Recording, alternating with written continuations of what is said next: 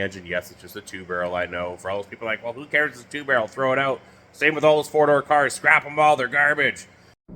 Now, we aren't doing some giant resto today, but it sure feels good to be pulling this beautiful 69 Camaro out of the shed.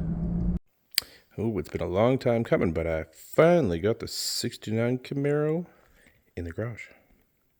So I've been gathering parts for this bad boy for a long time. I have a whole pile of body parts, but today's gonna be pretty quick and dirty. This engine is seized and it's coming out.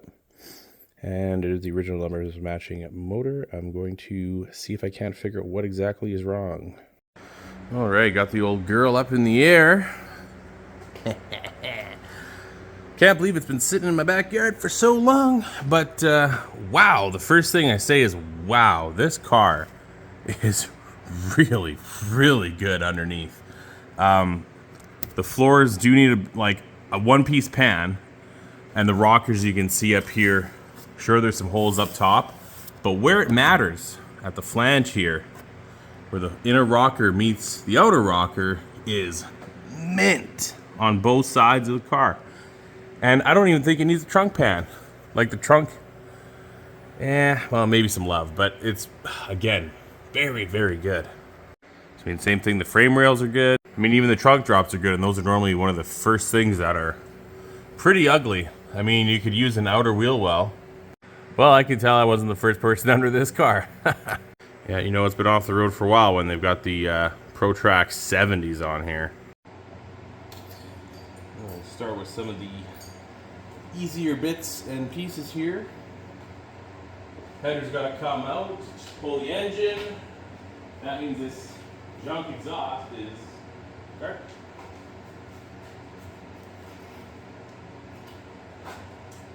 Of course, it helps if I plug it in.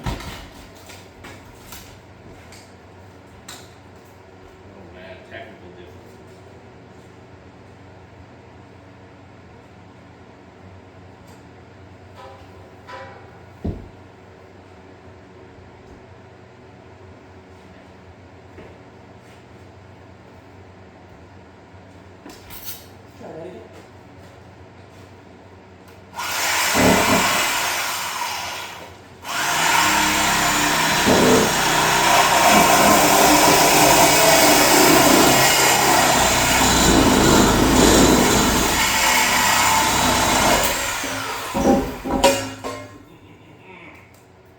Well, that was a little dramatic,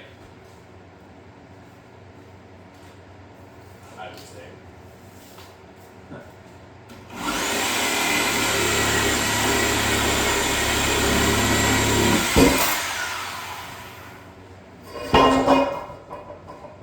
One. Yeah, that is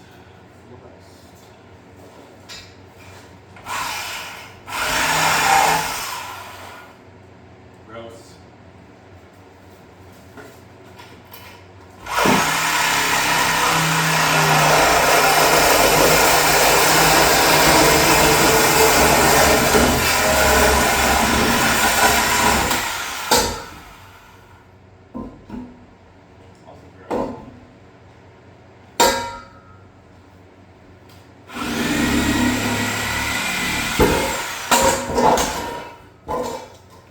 Yummy.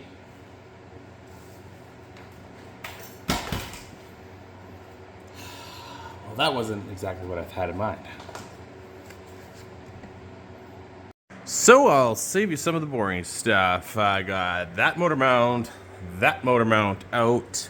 Exhaust is obviously cut off, which you obviously saw me almost have a slight incident with. And transmission linkage off, transmission bolts are out because they were never there. So now I just have to take the headers off, disconnect the power steering, and drain the fluids and yank it out. So it's 2 in the morning almost. The engine is ready to come out, so that's cool. Downside, well, I guess once upon a time ago, this thing was, you know, the regular saying, put away wet, let's call it, except it wasn't. There's no antifreeze in it. I thought there was when I looked. I was wrong. So no antifreeze, no oil on the stick equals a very bad time, which is sad because I really want to reuse that factory engine, but just not in the cards. Sure, I could machine it and everything. There's rust in the cylinder heads, like in the exhaust ports. I've seen stuff like that before. I know exactly where it goes, and it's not good, unfortunately. So I'm not going to throw the engine out like it is the numbers matching engine. Yes, it's just a 2-barrel, I know. For all those people like, well, who cares? It's a 2-barrel. Throw it out. Same with all those 4-door cars. Scrap them all. They're garbage. Not happening. I am probably going to crate it and put it in the back 40 because basically just turned into a speed bump, and that's all it's good for now. Yeah, so that's rust. That's not supposed to be there. It's very unfortunate. I really did have some hopes of clearly knocking the 2-barrel off. That would be the first thing to go. But I really did have high hopes, actually, that this engine would be somewhat usable. And, maybe some aluminum cylinder heads, 383 stroker, like just the usual street car stuff. It would have been a nice cruiser like that. But again, like I said, I've been down this road before, and it all ends very badly. Or costly, I guess. I mean, sure, you could probably machine it, but it is going to be very expensive. And it's really just not worth it. At least not to me for what I want to do with this car. Which, I mean, I want to drive it, number one. I don't want to be waiting, getting phone calls from the machine shop every third day like, oh, hey, this is actually bad too. We got to replace that. I really don't feel like getting that bill going. Especially for the price of, like a crate engine these days. It just doesn't seem worth it. Although I did have some thoughts with maybe LS swapping it even, so I pulled a 6-liter out. This would be a great home for it. Maybe that ends up happening too, who knows. But seeing as I recently pulled that out, I got to get the engine crane off of it and move it over to the real project, the Camaro here, and yank this boat anchor out. Alrighty, so start coming up on the jack here a bit. Need the big old screwdriver to try and clear this. Yeah, there goes all my tools, of course, to clear this mount.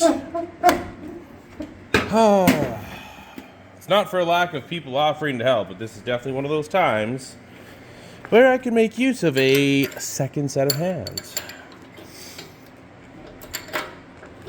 Oh, I think that's almost it there.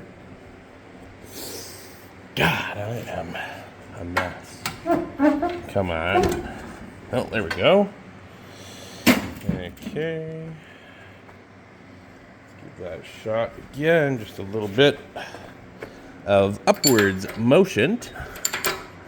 And I think that's pretty much clear. Yep, there we go. That's coming out now. And, oh yeah. Minty. Minty, minty. Sweet. Now I just keep going up. Up, up, up. Oh, the transmission's gonna dump. TV brake. Gotta put that on transmission. And we got that out of there. Can push this back outside for now. Throw the hood back on it, obviously, and away she goes. Until I figure out what I'm gonna do motor-wise here.